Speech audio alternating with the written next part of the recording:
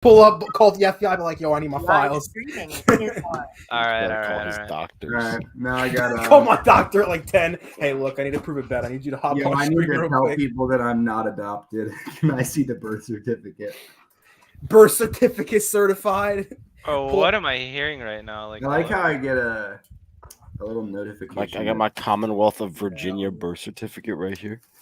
Everybody go like the stream. You were born in Virginia? At least. I was born in Fairfax. Fuck, yo, me too. Hey guys, we're live. Yeah. Yeah. Oh my God, they know where we're born. So definitely curse as much as possible. No. Ah, fuck yeah. What? I don't have a headset on. Oh, yeah. What's the deal with the stash, by the way? Yeah. What do you mean, what's the deal? I was encouraging him who to end it. chooses to have a stash? Summer. Like, is I that do. coming back in style or something? Like, I have I everything choose but to the have one. stash. It is back. I've had mine since last January. Yeah, so suck it. I couldn't grow one if I tried. It's a power move. Why don't you have a mustache, Ian? Why do you have everything? Because I look but the terrible. Because I look absolutely No, freaking bring terrible the with stash. one. You can't Like, have everything but the stash. I'll explain it. I don't have the hair for like you actually can make it work because you have like thick brittle hair. My hair is like long and skinny, and it looks horrible. It looks horrendous. Get implants. That's okay, sure. Yeah, I have mine because Or a my mustache. Yeah. Get hair like taped or like glued on. Get one of those Keep sponsorships. That new thing, Keeps. What is it called? Get some Bosley hair for men's growth. Are we live? Yeah. We're 100% live. Yes, We unfortunately. couldn't even edit this out when we actually when we record. We should just leave this. All right, you need to. Okay, so you're gonna introduce me, right? Again. I will So, introduce yeah. you again. Yes. 100%. Because I wanna introduce my guest. You have a guess? Your child.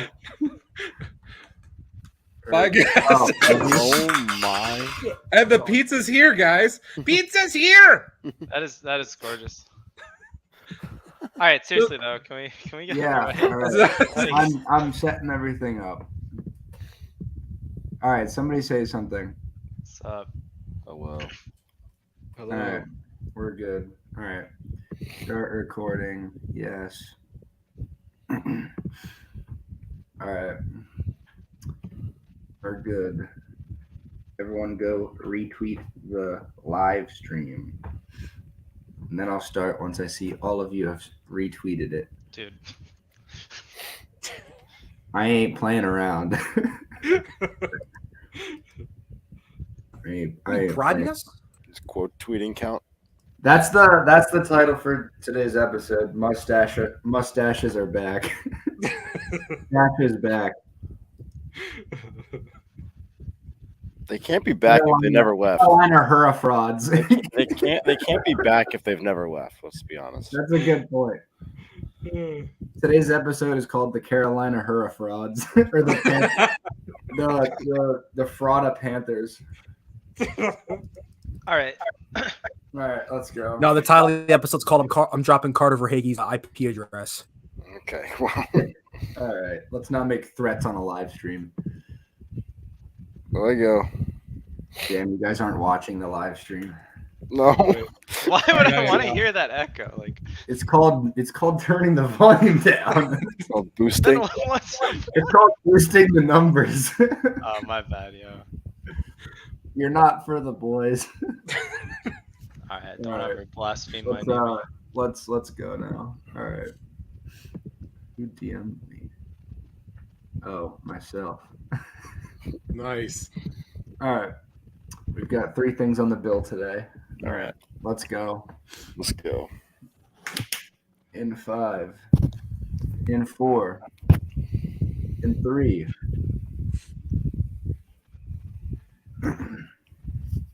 Ladies and gentlemen, welcome back to the Pizzas Here podcast.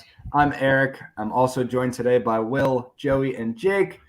In addition to the regular cast, we are also joined by Ian Oland, who's been a guest before, but he is back today with us. Ian is the co-founder of Russian Machine Never Breaks, or RMNB for short, a Washington Capitals news site with a lot of readers and a lot of good stories, so check them out if you don't already know who they are, but I'm sure you do. So, Ian, how are you today?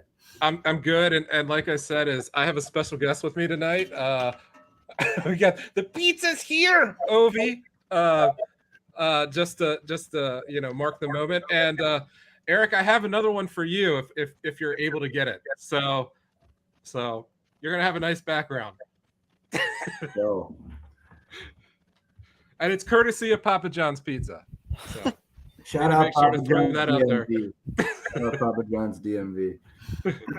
So we've got a lot on the bill today. Here I can show you guys for the people who are watching live or on YouTube. But we've got quite the schedule today. We got to recap our first round exit against the Florida Panthers, or the Frauda Panthers for short. It's a whole three things. We are going to talk about who we are happy and unhappy with, and then predictions for the remainder of the Stanley Cup playoffs. And it's going to approximately take 6.5 hours. Yeah, that's how it usually goes. So, all right, let's start off with. Let's talk about that series. With our nice series against the Florida Panthers. That was so much fun. So this is what now, the fourth straight year of a first round exit since winning the Stanley Cup, if I'm not mistaken. It lasted longer than the last 2 years, man. Yeah, I mean the fact that we won, the fact that we got 2 games out of that series is a blessing in itself. But we all know that we should have won the fucking series, man. Tampa Bay probably would have clapped us if we even got to that series. Nah, man. Without Braden Point. Yes, man. Even without Braden Point, they are still clapping us. Bro, we own like Vasilevsky. If you think about it, if we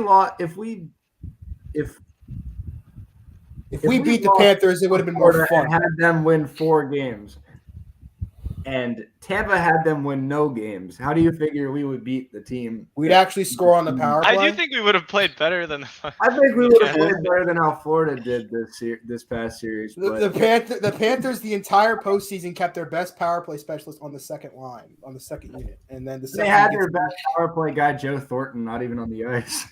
Nah, it's Patrick Hornquist. He was always on the second unit. I was like, why is he on the second unit? Dude, Patrick Hornquist. If I ever saw that guy, I'd smack him. I would. Yeah, I'm not gonna make a threat, but I don't like Patrick Hornquist. So, in game 1, your boys won the first game 4-2. Then game 2, we got clapped 5-1. Game 3, we clapped them 6-1. Basically said whatever you can do, I can do better. And then, they just took the rest of it and shat on us. So game 4, we lost in overtime 3-2. Yeah, I was there. It was fun. Game 5, we lost 5-3. And then to end the series, we lost game, what is that? 6. Yeah. Game 6. Nice. Thank you. You're welcome. We lost game 6 in overtime 4-3. We were without Tom Wilson for all but 5 minutes of without him for a long time now. We were without Tom Wilson for all but 1 or 2 shifts of the entire series. He did score in that time, but we were without him. What's his goals per season? What are your guys' thoughts? I know no one is having any pleasant thoughts about it, but what do you guys think? Nah, it's so brutal because you look at the last 3 series we've played against the Hurricanes. It was just we lost Kempney before the playoffs, and we lost Oshie. It was like if we get punched in the mouth by them, we didn't have any mentality to come back against them. We were too injured. Then against the Islanders, we didn't care. We didn't want to be there, and I don't blame them. It was fucking Toronto. No one wants to be there. And then last year, we just gave up and had all those injuries. This season, it was like the first time since probably 2018 we had outplayed someone pretty drastically through a majority of the series. And the fact that we let it slip, you could blame the injuries. It's just you got to find a way to I think game 4 when he missed the empty net by inches, I don't blame Garden Hathaway. He was making that play and he was giving it his best effort. Dude. It's like you go back into the vacuum. I was there, and when we saw it live, like a part of me deep down was like, oh man, is that going to be like the moment where the entire series changed? And it's exactly where it changed. The Panthers were able to score and then scored in overtime and then came back 3-0 against us and then beat us in overtime. And yeah, on the NHL app now, it doesn't even show our past games. It's just news. Thank God. Thank God. I don't want to be reminded. I mean, I think I wish we did better than what people thought we were gonna do. Yeah. Everyone thought we were gonna lose in 5. We didn't get swept. We didn't get swept. I mean, it's pretty embarrassing though when we shut them out on the power play and we still lose a series to them. That's pretty bad. It's so bad. And then Panthers go to the second round and Tampa Bay scores more goals than they had wins. Ian, what are your takeaways from the series? I was at game 6. That shit was soul crushing. Yeah, I bet it was. Like, coming into the series, I didn't think that they were going to go deep in the playoffs, and because you could kind of see the problems, and I think the problems that appeared in the first round weren't really the problems that were defining them in the season. Like the goaltending actually came around mostly. I think Samsonov was kind of iffy in game 6, but mostly he was pretty good. And, Vanacek kind of had a performance in game 2, but the things that really betrayed them weren't the things that betrayed them earlier in the year. And I don't know what to make of it, honestly. Part of me was like really proud of how they played. I thought they played the best that they literally could play in the series. And as a fan, that made me pretty happy. But I don't know. After Tampa Bay just wiped the floor with them, I don't know what to make of it. You know what I mean? Like, yeah, it's definitely rough to see a team that, took us out get absolutely cracked on. I certainly think that Andrei Vasilevsky was a huge part of that. Like, if you look at the actual games, while I agree Tampa deserved to win the series, and the result, like the end result of Tampa moving to the conference final was, what the run of play suggested, it didn't suggest a sweep. Like Florida definitely deserves to win a few games. Maybe like I think like really that really the games, they had the look of a 6-game series. But Andrei Vasilevsky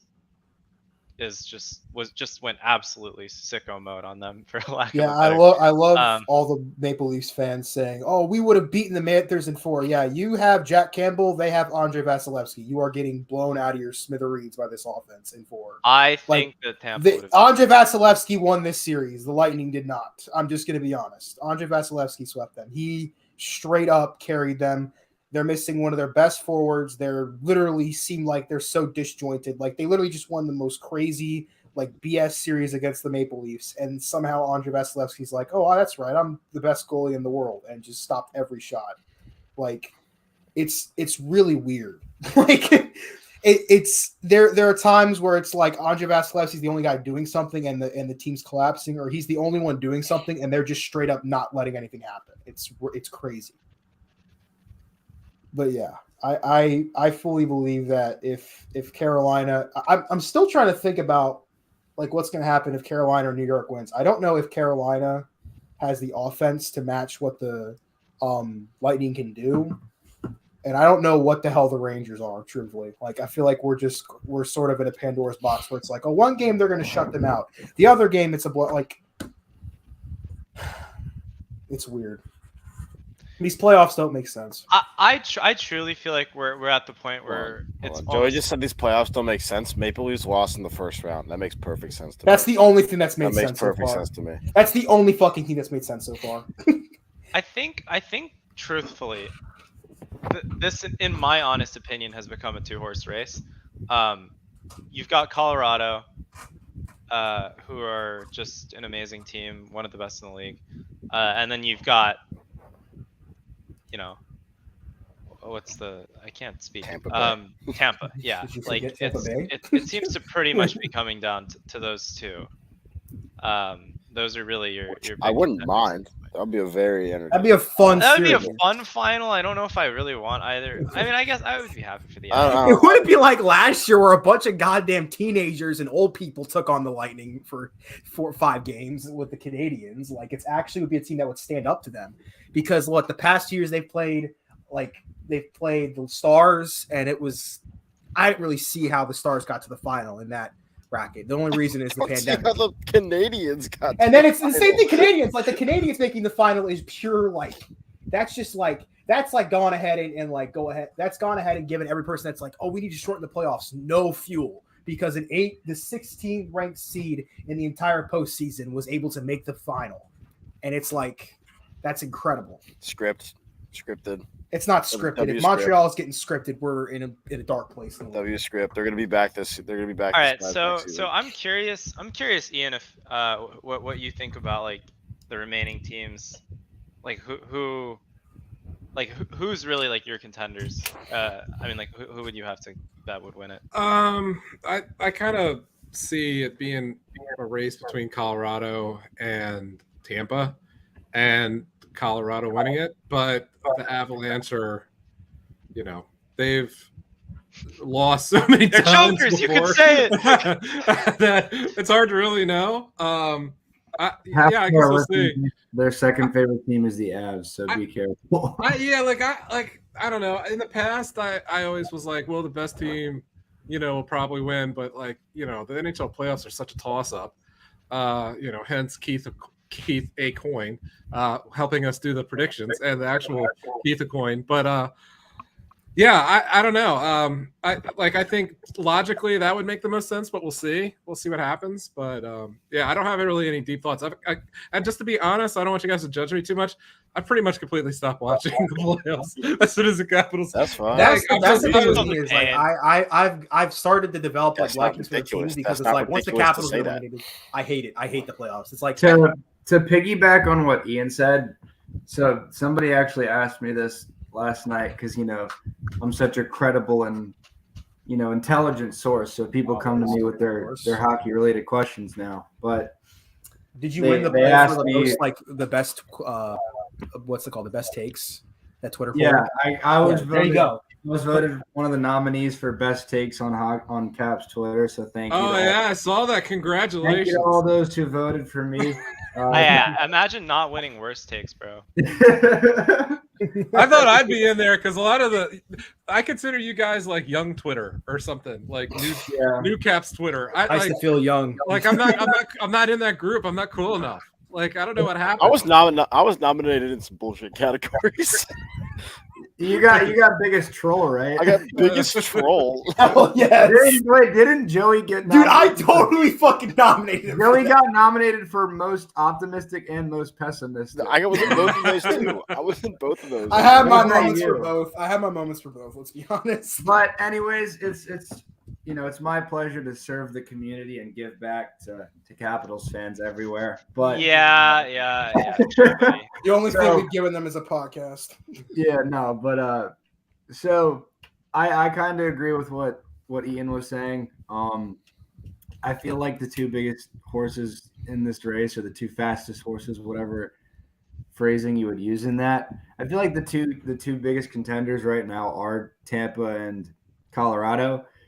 I feel like it's like a tiers list. Like S tier is Colorado and Tampa right now. Mm-hmm. A tier is like whoever wins Calgary versus Edmonton and like Carolina. And then like that's it.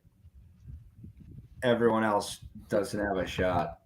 That's pretty much my take on it. But I don't know what the fuck's going on with Calgary and Edmonton. I feel like David is on a legit tear. To be fair, though, the Canes and the Rangers are tied right now 2-2 in the series, so that could still go to either of them. But I don't think the Rangers have any chance of winning the Stanley Cup. If they win the Stanley Cup after me saying this, I'll eat that. But I don't think they have a chance. But considering I have the best takes on Caps Twitter, I feel like whatever I say is going to go.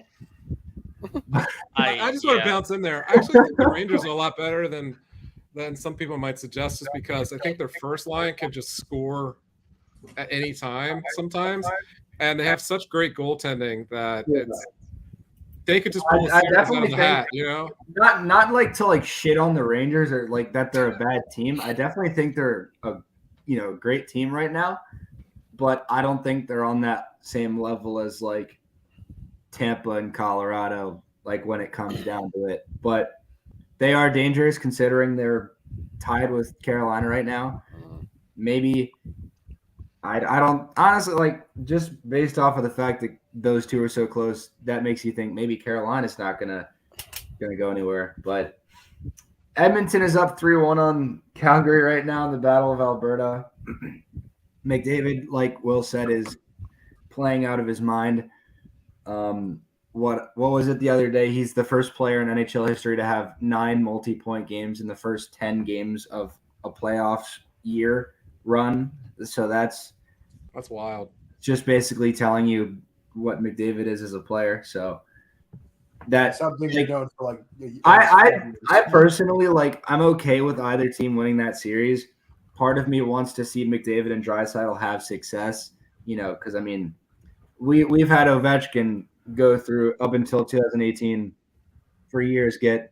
They haven't suffered enough. Oh, he may be one of the best players in the world or the best at this, but he doesn't have team success. I want the trade rumors. I want McDavid out of Colorado before that happens. But what?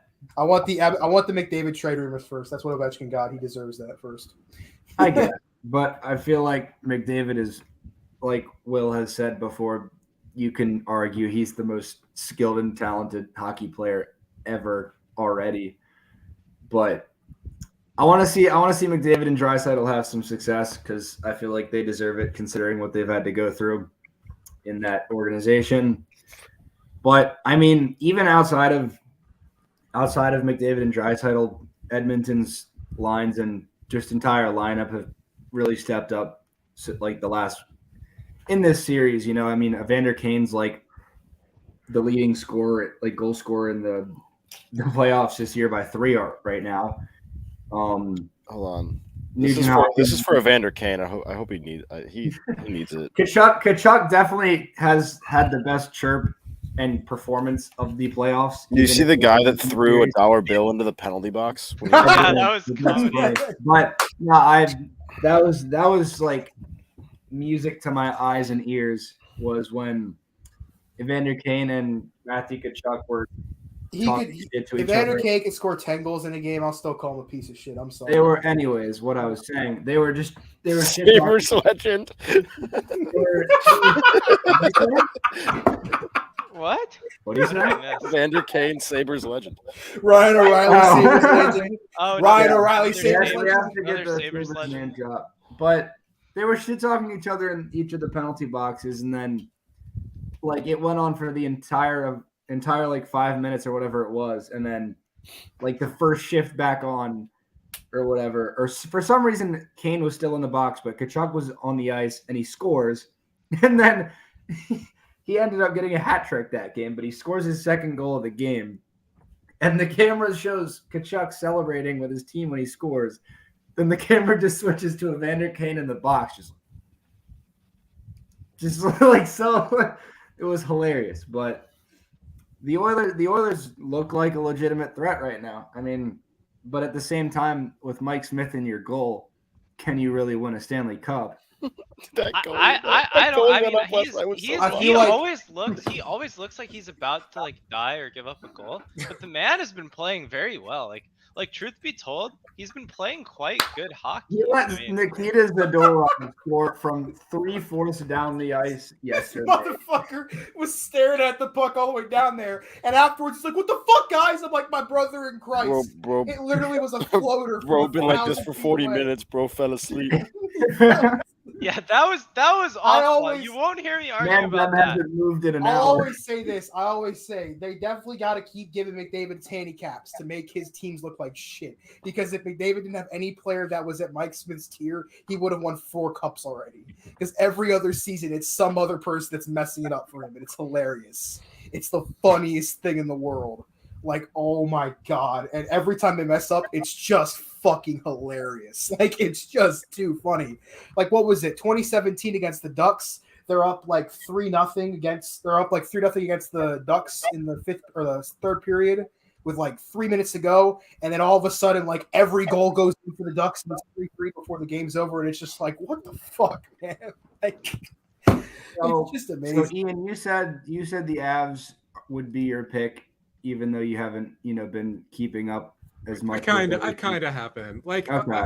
Let me just give you the best way for me is like, since I do this like every day for the entire season, at the end I'm just like, freedom, and like I feel guilty that I haven't spent enough time with my family and Ethan and even my cats, and so I just do stuff that I'm really interested in, and then I kind of come back around the conference finals and I get into the Stanley Cup final. It happens every year. I mean, I wish I cared. It's too much hockey. It's too much fucking hockey for me. Good off-season hobby to pick up: bowling. Bowling, okay. I'm a big bowling guy. I'll do that with you. Now. Bowling is fun. I'm not ashamed to say. You got a freaking blazer on and a mustache from the 80s. I love bowling. Bowling's great. They don't wear. It's a polo shirt. First off, whatever, man. You look like you cooked pasta today and put it in the water. Shut the hell up! Get out! Don't start roasting me for my fucking. You put the water in the pasta soup. You made pasta soup. I don't want to hear a take out of you. I don't want to hear a take from you. You don't know how to charge your microphone. I bet you don't even put salt in the water. I do put salt in the water. Don't ever fucking question. Don't ever. That's the only season you use. Don't ever accuse.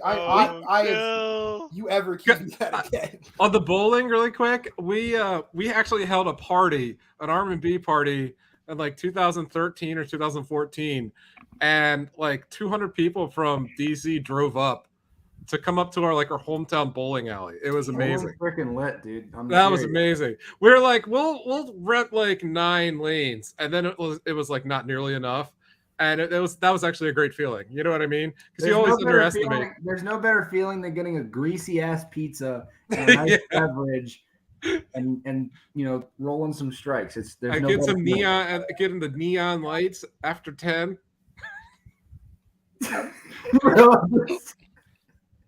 Okay. I actually I have one topic that I want to cover before we devolve too far. Who are the frauds this year? Panthers. Yeah, obviously. Besides the Panthers, who do we think really dropped the ball? Maple Leafs, Panthers. Really, the Leafs? I'm gonna go ahead and say the Wild. I'm sorry. I was the Wild are the one that I'm sorry. I love Kirill Kaprizov, but that dude needs help. It was him versus the Blues, and he just had no hope. The goaltending, they traded for Marc-Andre Fleury, and he lasted a day less than the Capitals did. So, congrats, buddy. Way to pick that team right. I don't like the Wild. I feel like they're entering this season was so weird for them. Because obviously they got the Parise and Suter cap hits are coming, and that's $14 million. And in an era in the NHL where the cap's not going to raise that much over the next few seasons, that's a lot of money that they won't have to sign guys like Fiala, possibly. Like Fiala, yeah. And Fiala, as we saw, is when he's on another level, he's really good for them. And if they can't re-sign him, which they're likely not going to, because he's going to demand some crazy shit because he's insane. It's really if the Capitals want to get Kevin Fiala, honestly, I'd be fucking down for it. But it's you're really seeing this was their biggest chance to do something in the playoffs, and they kind of dropped the ball heavily. They traded for Fleury. They seemingly have a great amount of depth on offense. Their defense is stout, and they lost in 6. It's just it's so weird. Because the Leafs, I'm dude, let's be honest. We all saw that coming. Can I be honest? Well, we all saw it coming. I agree. I had some hope for at least a round. I mean, I agree the Leafs did not have a stellar, did not have the result they wanted, but they were also playing against the back-to-back defending champions, the team that took out the President's Trophy winner in 4 games and allowed them to score 3 goals. Bro, the Capitals almost took out the Panthers. That's not impressive anymore. I don't agree. I mean, I think the Caps team played very well. The Capitals almost beat the Panthers, my guy. The Panthers were not as impressive as we thought. I think the biggest thing is the Wild had the best chance to go on a real true dark horse run and had like everything lining up perfectly for them. They didn't have to face the President's Trophy winning Avs. They got to play the Blues team that they played really well against this season. They got a great goaltending tandem that could do a lot of good work with this defense. This offense is very fortunate. They capitalized really well. They reminded me a lot of what the Blackhawks did in the early 2010s. They got a lot of great system guys that work really well.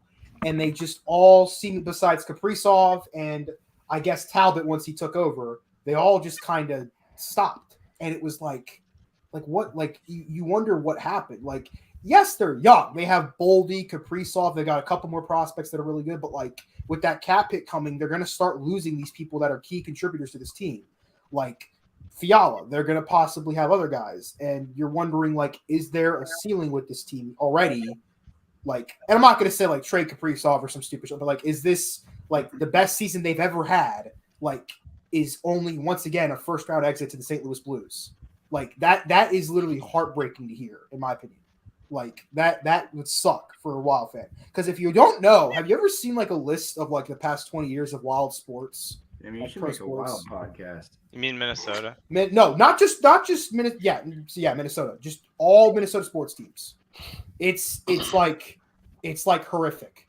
It's like if you think DC's suffering for the 20 years in between second round appearances was suffering, that's like going through like some minor like inconveniences. That like the Timberwolves didn't make the playoffs for 15 years. They didn't win a playoff game for 15 years.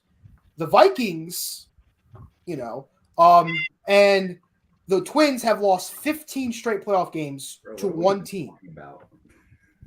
15 straight playoff games to one team, the New York Yankees. That is heartbreaking. That is the worst thing in the world. I would never wish that upon my worst enemy, to be a Minnesota sports fan. That is the worst thing, like honestly. So I'm really interested to see what they do this offseason. I hope they keep Fiala because he plays really well with Kaprizov. There's no chance they keep Fiala. Nothing possibly. It just depends on what they do. I just don't think there's. I really don't know why they bought out Suter at the end of the day. All right. Suter I didn't get. I want to know what you guys think. So, do you think it's possible for McDavid to win the Conn Smythe without making it to the Stanley Cup final? No chance. Has that ever happened? I don't know. There's never. It has. Yeah, Jean-Sebastian Giguire won it when the Ducks lost. I remember that. I remember watching that. Well, did they make the semis or the final? They made the final. Well, has it never happened with someone else? You think it's possible for him to win it without even getting to the final? I actually do think it's possible, yeah. If he's like you would have your points. Still like the leader in points, I feel like there's like that that even shows even more how he deserves it. It's like, damn, he had the most points without even playing another, like everyone else had another series. So it's like it's typically given obviously to the MVP of the winning team.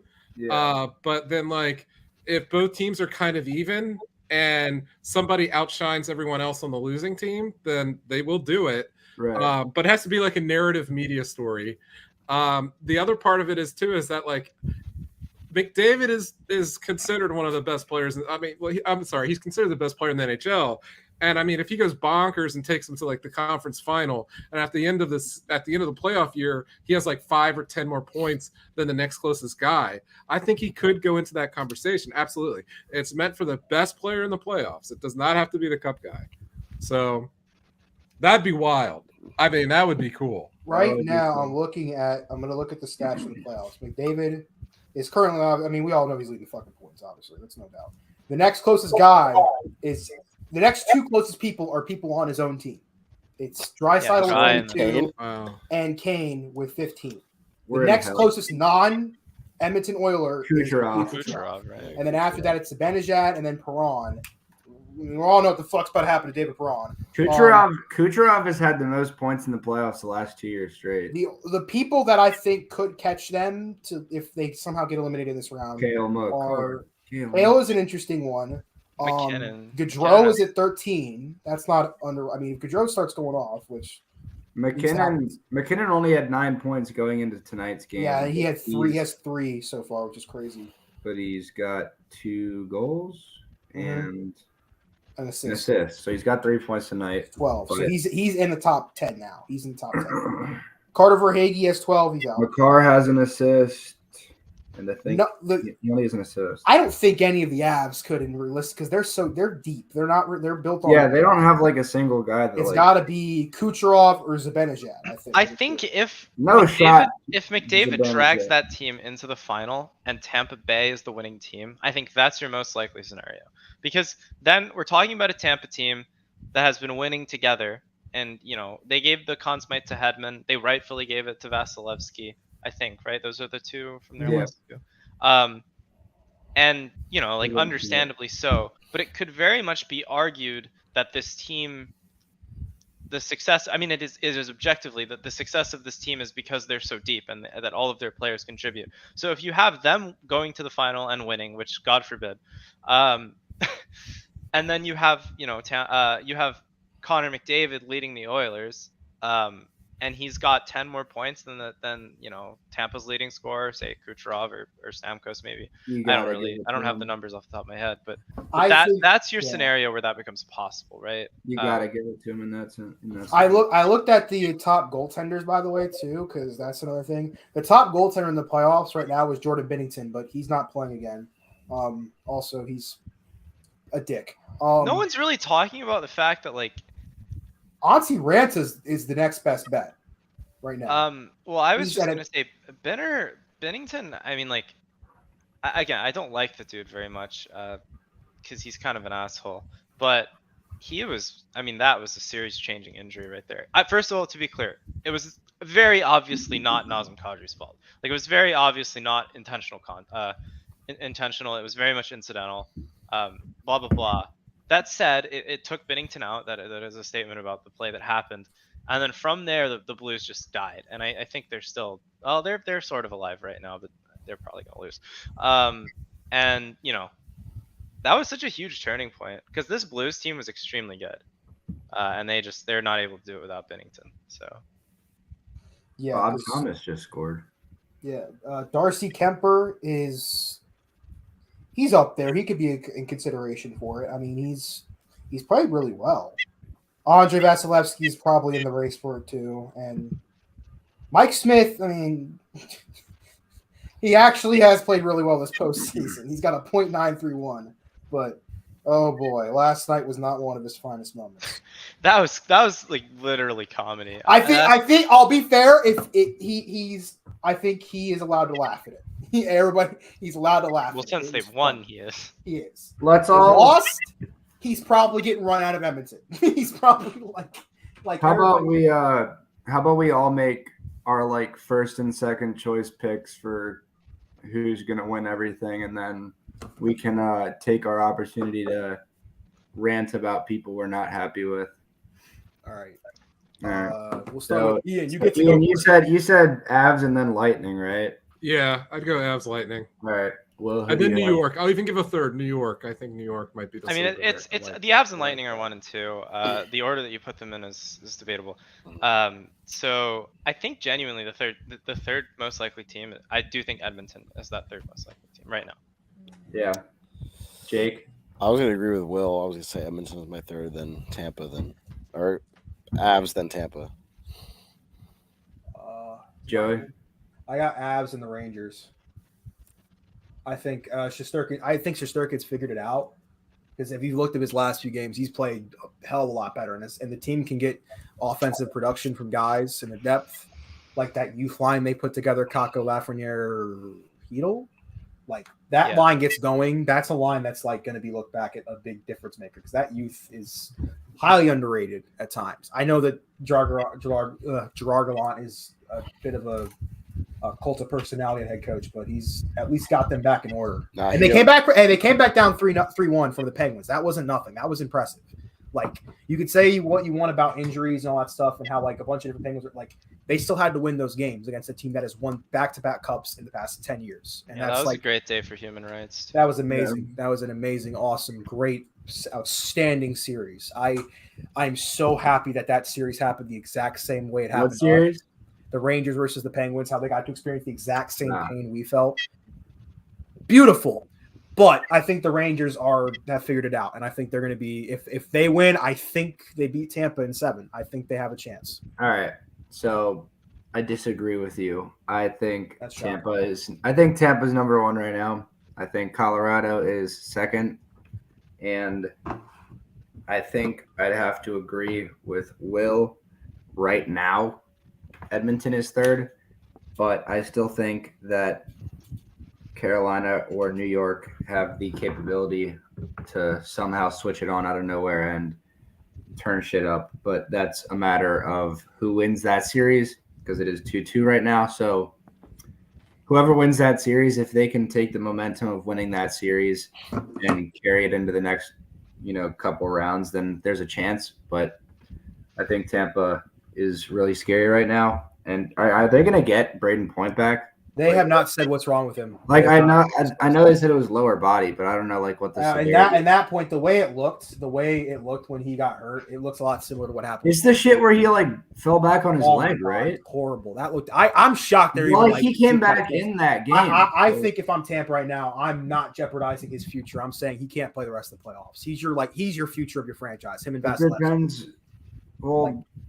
You've won back-to-back cups with him. You genuinely shouldn't be sacrificing him for the sake of, at least in retrospect, beating the fucking Blues tied it. That's great. And I'm like the biggest Braden Point dude in the world, but if he I feel like it's there's multiple factors that go into that. It's what the injury is, what body part, how serious. Well, if it's not serious, and if it's something where there's a significant risk of he shouldn't, it might get effed up further, or it could lead to prolonging the injury itself, then yeah, don't play him. But if it's just a matter of like Draisaitl, for instance, it's gonna hurt a bit, but you're not, you can still play, and you can still tough it out if you want to. So I think it's a matter of what the injury is and how severe it is, and obviously his input in it. So obviously if he isn't up for it, then he's not up for it. But if they get Braden Point back, if they get even half of a Braden Point back, I think that they are very, very, very scary. They're already very, very scary, but if they get even half of a Braden Point back, they're even more scary. So I go with Tampa number one. But would anybody like to take their first shot at somebody? I think Will has somebody. Well, go ahead. I think you've been desperate. Or you're unhappy with from the Capitals playoff series. Oh yeah, I mean, I was complaining about him a lot earlier, but I do genuinely think Faravari was not good at all. The analytics think he's a terrible hockey player. I'm not willing to go that far, but I was not happy with his play in the playoffs. I mean, it just wasn't very good. I don't know how else to put it. He was giving up. I mean, the Carlson Faravari pair in the playoffs was pretty bad as a whole, but I think Faravari was the catalyst for a lot of the positional breakdowns. He blew 3 or 4 2-on-1s that he just needed to play better. He just needed to play those better, and I thought he was probably the most disappointing player for us during that series, just because of how I just felt like in all the moments where we really, really needed him to step up, that was when he let us down. I'd love to react to that. Is that yeah, go for it. He was not great in the playoffs and down the stretch. Peter, the other co-founder of RMNB, he did a really interesting breakdown where he compared Faravari's stats before COVID around, I think it was late December, and then the rest of the season. And he was probably the top defenseman on the team in the first half of the season, and then he fell off a cliff after COVID. Now, it doesn't mean that it necessarily was lingering effects from COVID or something like that. I think there could have been two things going on. One, he has never played that long of a season. That was his first real season in the NHL. He didn't play that many games in Hershey. So I think that workload, and then you're thinking he was playing in Europe. He played in the SHL coming to Hershey, and then in the pandemic years. I just don't think he played that much hockey. And so I think he kind of fell off the cliff because of that. And then John Carlson is very obviously a guy who kind of fades down the stretch. and he has poor second halves of the year usually. So I think that was kind of what was going on. And COVID could have also been, lingering effects from COVID could have been a part of that too. But yeah, I mean, the defense, the first pairing, arguably the first pairing lost it for him in the playoffs. Yeah, that was just So really frustrating. I'm going to go ahead and take over right now. Nathan McKinnon just scored the most fucking insane goal ever. Like, holy shit. Like, that was unreal. Is that a hat trick? What is that trick? That's 4 points. And the Blues had tied it, so this is a game-winning goal right now if they hold on and win. That's some fucking top shit. So Blues have the lead, and it's gone. I want to take the opportunity to rip into John Carlson a little bit.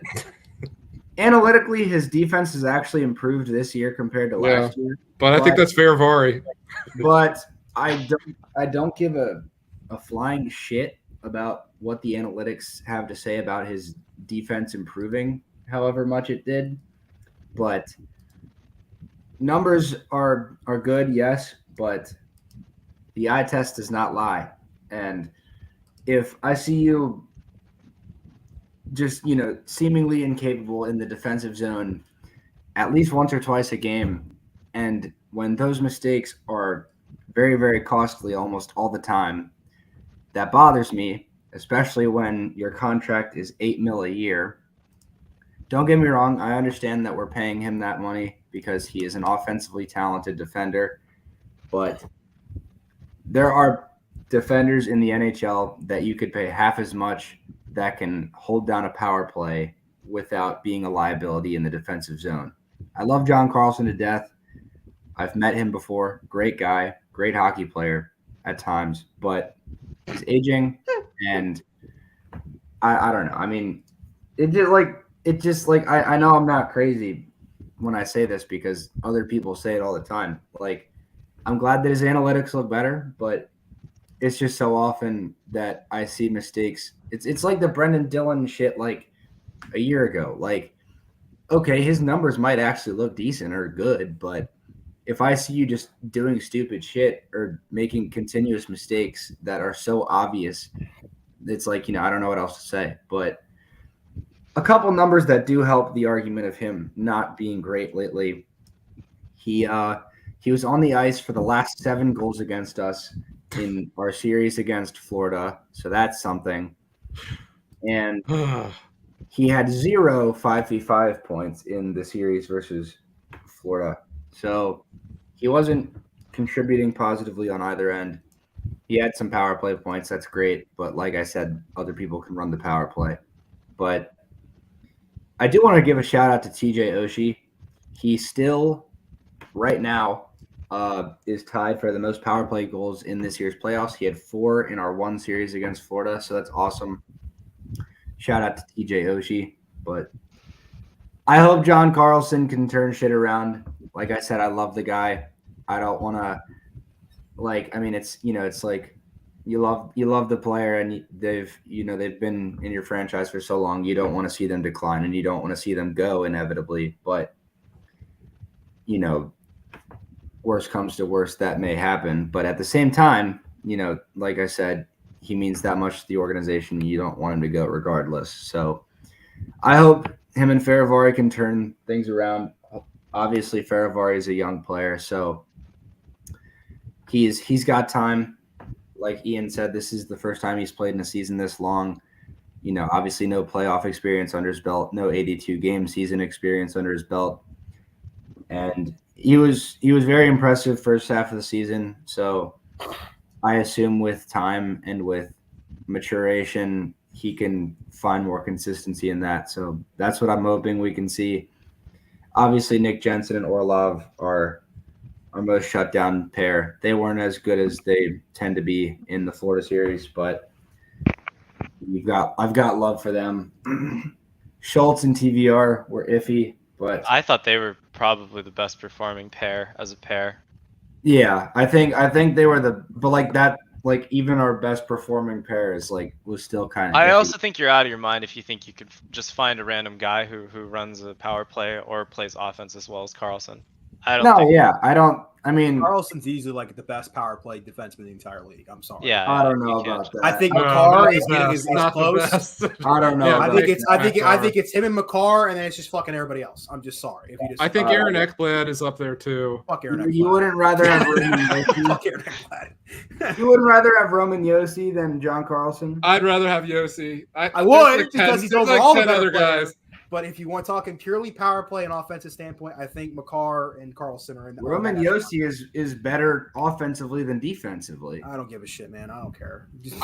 I honestly think if they let Orlov do it, like he would be the best, like one of the best. Oh no! If Orlov got more consistent time on the power play, he'd be insane. I don't No, understand. but where are you going to find somebody to do it?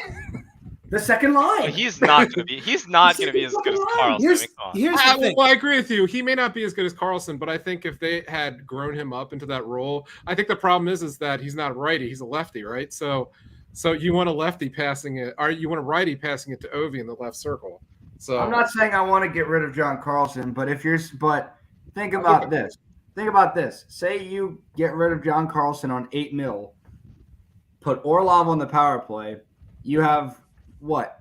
And you can take that $8 million, put it into other people that you put on the power play. We just restructure Carlson's deal. Is that like a thing? no, you can't do that. Trade him. Like, I don't know. I think everyone here is underestimating the value that Carlson brings to this team. No, absolutely. He brings a lot of value. You put him on like maybe 20, maybe 15 other teams. He's the top defenseman on that team. Easily. He runs their power play. He runs their defense. He's the best defenseman on that team day one, no doubt.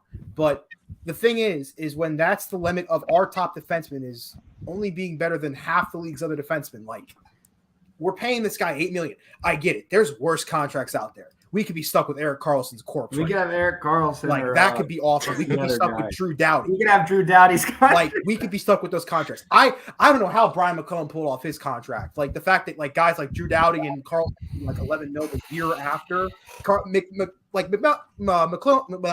McClellan looked like a freaking like jail robber. He just like completely stole that contract. But like the thing is, we're still paying him $8 million a year, and he's our top defenseman. And I get it. He doesn't make a lot of mistakes. He does a really great job. We just amplify those mistakes to the point that we're like, you're making $8 million a year, my guy. We need you to be consistent. If you're not scoring goals every day, that's fine. If you're not having 3 points a game, that's fine. We need you to just play consistent defense. Your position has defense in the name. Just don't fucking whiff on passes twice in 3 weeks and cause a breakaway goal the other side. Don't put your rookie defensive partner in shitty positions to make decisions he's not truthfully ready to make. Like, he's got to be smarter. And I might be being more harsh on Karlsson than necessary. I understand that. I may be completely wrong. I also understand that. But there's just things that I see that I don't like sometimes. But I do agree with the value that he brings to this team. Like I said, I don't want to get rid of him, at least right now. But there are things that I see that I don't like. And I feel like as a player who's getting paid $8 million, you should be allowed to be critiqued and criticized if you're doing things that someone doesn't like, because you're the $8 million player. I'm allowed to see something I don't like in you and say you should fix that because you're getting paid $8 million. So I don't know. But I think part of the thing is that when he's not good defensively, he's a liability. And if he's not scoring offensively at that moment or contributing offensively too much in that moment, it like he feels like a big liability in those moments. And the part of the problem is that you're right, is like who would replace him as the first pairing guy that eats all those minutes. And you see how Faravari kind of faded down the stretch for whatever reason. There's no one else on the team that could really do that beyond Orlov and I don't know. Orlov got a righty for 30 minutes. I'm fine with that. And I mean their biggest I think Justin Schultz was a liability. He did nothing. I scored a goal.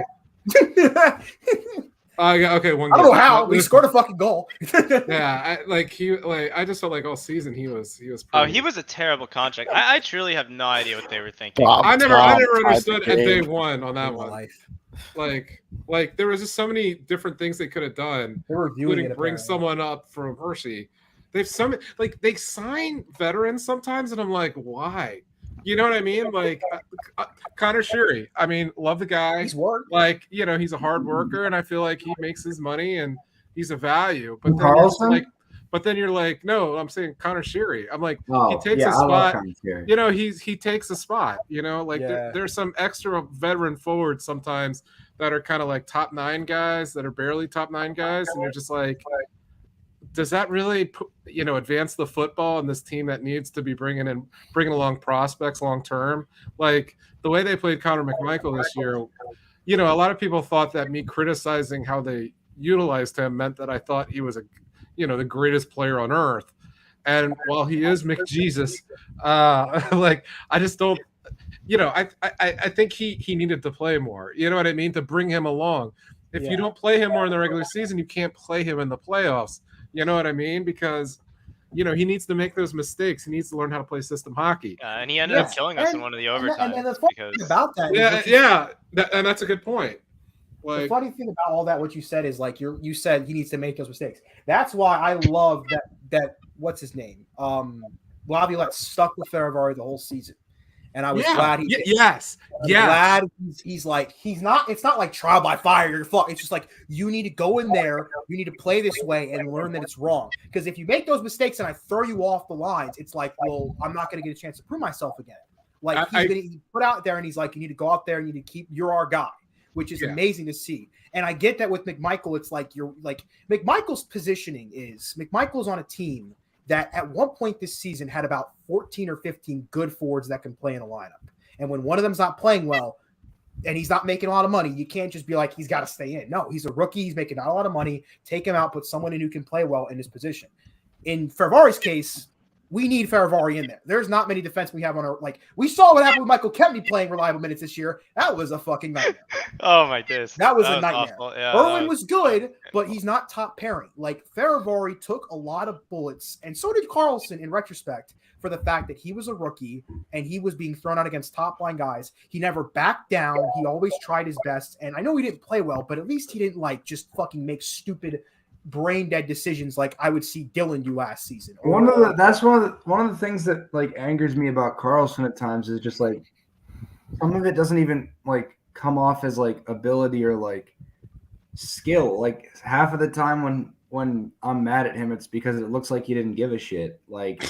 That's just his personality.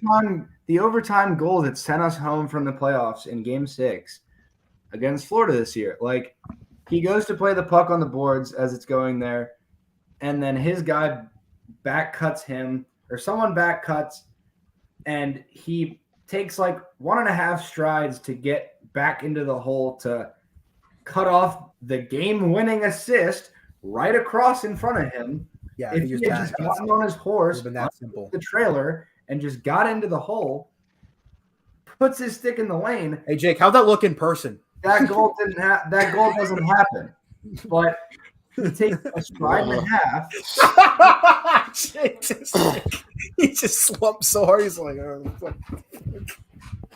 he just slumped so hard. He so easily could have just hustled in and intercepted that pass, and who knows, it could have been a completely different outcome. But that goal doesn't happen if he puts in effort in the play. There was one. I know Ian saw it or retweeted it or something. There was one goal where the other defender, I don't know who it was. It might have been Faravari. Someone gets beat right in front of him. Carlson is back closer to the goal. I know what you're talking about. And I swear, the guy just walks right by him. He gives him a pat on the back on the way. He's like, "Good job, champ." He's like, "Hey, yeah, man, get a free point. Go ahead, good shot." He just lets him walk right by him. When he very easily could have just did anything else. It irks me. It makes me mad. It's you're getting paid $8 million to do this shit. Give me $100 and I'll try a lot harder than that. It reminds me of a children's book I read to my son this morning. for nap time, which was Just Be Jelly. And it's about this sardine who loses his pack of other sardines, and he's like panicked in the ocean, and he meets these like super chill reggae jellyfish. The jellyfish is like, just be chill, man. Everything's gonna be okay. And that's kind of Carlson's personality, you know. Like, I don't know. Like, he's just a super chill dude. I don't know what I'm actually trying to say there. No, I get it. His face always John Carlson leading specials. Carlson's just Matt Riddle. He just doesn't care. He's here for a good time. He's not here to win titles anymore. Man. That's just his personality. Everybody's got that personality. You know, I will say is that the team is just like slowly walking into a disaster with their core. Like, if you look, Oshie barely played half the year, and yes, he scored goals in the playoffs, but he also, I would say that some of his underlying play, like he didn't look the same. You know, like, you think about it, he scored like 5 deflection goals, most of which are on the power play. That's other people creating for him. You know, Oshie, Ovi is 37, and at some point he has to fall off the cliff. Stop. At some point. It will not happen. I don't know when it'll happen. Blaspheme the very name. Thanks for is done. It's best if he retires. I'll say this about the core is I feel a lot better about its situation with the fact that Kuznetsov just had one of his best seasons ever. I will say this. Oh, but who I knows? know it's still like you're like, oh God, like everybody's gonna. That's fine. But we still have options and ways to solve this. People are acting like, oh, they've locked themselves. We're not like the fucking Maple Leafs. We're not stuck with this core. Like, this isn't what we're going into next season. 1,000%. There's no choice. We have moves we can make. Now, likely, Wilson's not going to be on long-term IR, which, by the way, in case you haven't seen the news, Wilson tore his fucking ACL. And he's going to be out for at least till December to January with that, which means we have about 3 months of $5.5 million on the roster. And then, of course, Backstrom could just fucking retire. And, like, that's just, like, heartbreaking. But that's another $9.5 million. That's $15 million. That's a lot of money in the NHL. That can get you a lot of stuff. And that can get you a lot of great stuff. What I know about Backstrom, beyond, like, actually doing a news story, is that, like, I had been told, like, last year, there's a lot of reports that he had surgery last year. I mean, I was told that he did not have surgery and that it was just normal rehab to work his hip back, and that if he had a second surgery, he would likely be done. And so that I think that's where you're just like, he can't really keep going at the pace, like, he could do a retirement tour basically and just kind of play it out the best he can and be like a third or fourth line center, like played like a third or fourth line center. Also, but guys, like, I have to run. I'm sorry. All right. See, well, but like, I think that's a really precarious situation because, for people familiar with like Brooks Orpik's knees, like, it was hard for him to walk upstairs at the end of his career with his knee issues. And so, like, I think Nicholas is in the same boat where, he's just maintaining the hip, and it's tough. And you have to make a decision. What that decision is going to be a really big one. But the thing is that I think they're walking into an off season where the biggest fish is Evgeny Malkin if he ends up becoming a UFA. And I mean, I absolutely could see a situation where they choose for Backstrom to have his surgery, and then they sign Malkin. If you thought the Rangers fans being mad that Lundqvist got signed is going to be rioting, Pittsburgh might fucking burn. I'm just telling you now. I'm seeing how that could work. Here's the thing. Malkin is good with and he's close with all the Russian players. On this team. I think Malkin would love it. I think he would really enjoy it. So here's what I think about that is I am 100% on the train of if we can get Evgeny Malkin, with the caveat being that he does not stopgap Connor McMichael, I would be 1,000% down. I was gone for a second. Are we talking about the merge of bringing Crosby and Malkin to the Caps? No, just Malkin. Yes. No, I don't want Crosby. No. Dude, imagine you're like, just like, I was actually talking to someone about this the other day. Just imagine this, all right? Close your eyes. dream and picture this for yourself. All right. Your first line: Alex Ovechkin, Sidney Crosby, Evgeny Malkin. Your second line, all right: Jake Gensel, Evgeny Kuznetsov, Nicholas Backstrom. I would put I don't Tom understand Wilson. the point of this exercise. Your third line: Brian Rust, Tom Wilson at right wing, and who could our center be? Jeff Carter. Then your fourth Just line: put Malkin there. Fuck it. Put someone else in the top. Put Malkin Mantle on in the the top right top wing. line. Put Mantle in the top right wing instead of Malkin, and put No, Malkin. your fourth line is Mantha, Connor McMichael, and What the fuck? Deming on the right wing. All right, Louis Domingue, the goalie. Yes. What? Bro, He's who the assembled this lineup? I just made it. Did you forget that, like, you would okay. win a Stanley Cup. Hold on. You think a lineup that put a top flight center at right wing and a fucking goalie at right wing is going to win the Stanley Cup? Dude, you merge the Penguins and Caps lineup. There is so many better combinations. This is just off of the top of my head. You merge those two lineups, we win a Stanley Cup. I don't care how old the top line is. That team wins a Stanley Cup. I don't care. If it was like 2003 and they were filing for bankruptcy, Can you just imagine like the sheer power that would come from Ovechkin and Crosby on a line together? I feel like that would just squash all the beef of any like fandom of the Caps versus the Penguins. Be like the picture. You bring both franchises.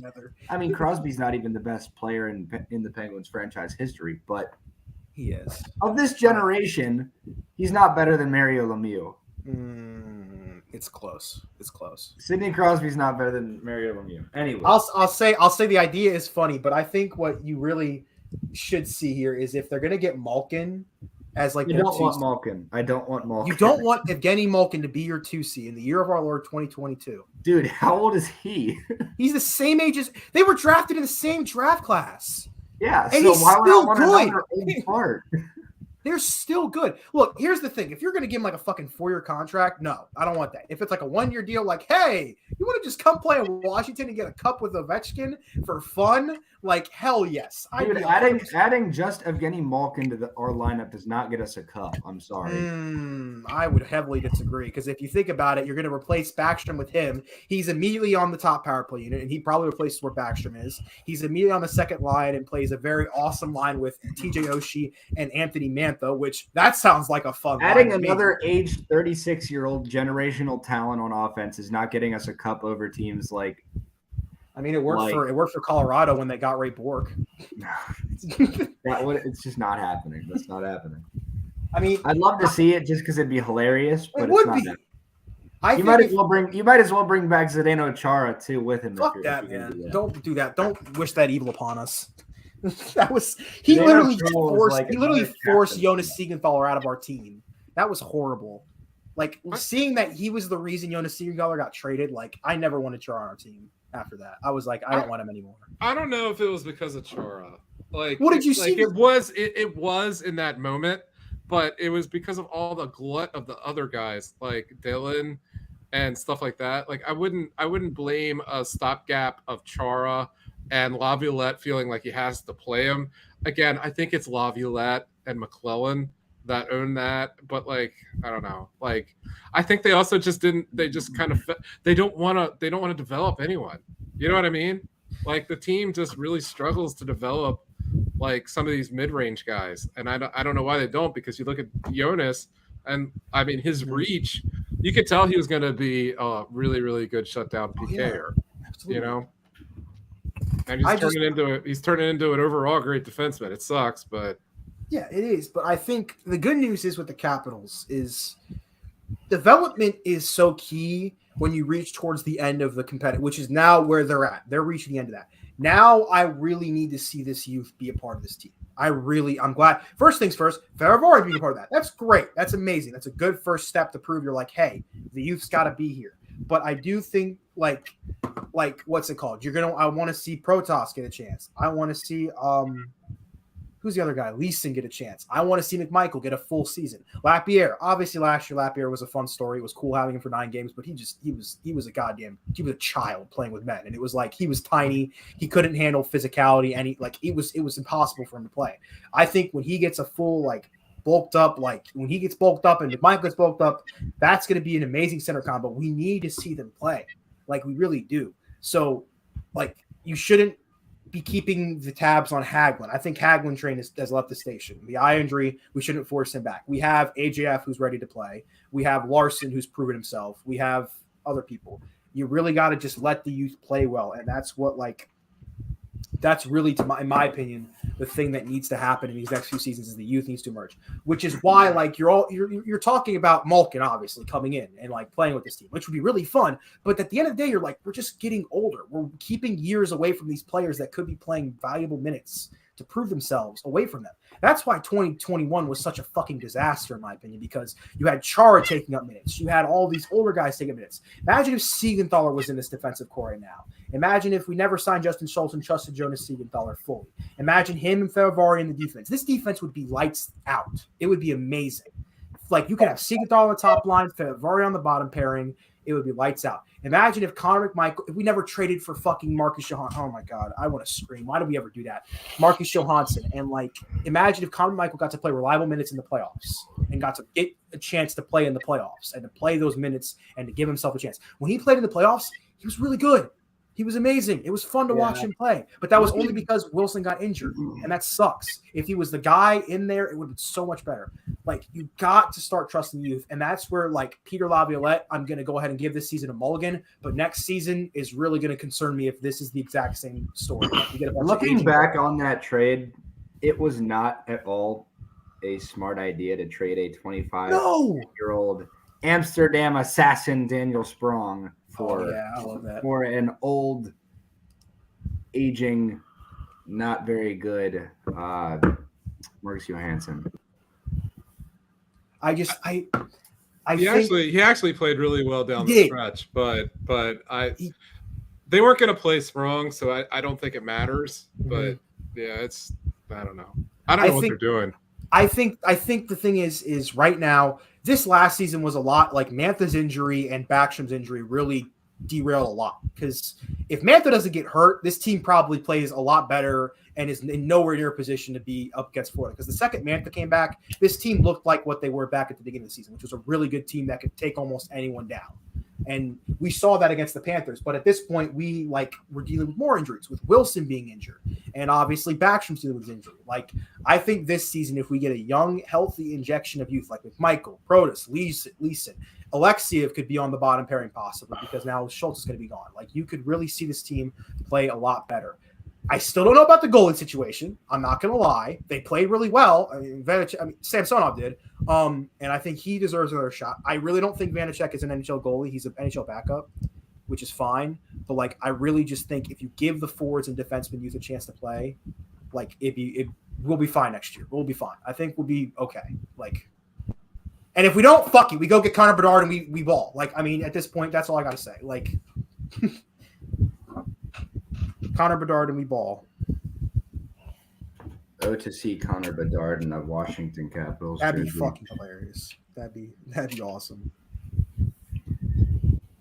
Well, I think that covers it. Jake, you got a wind turbine going off in there, buddy? I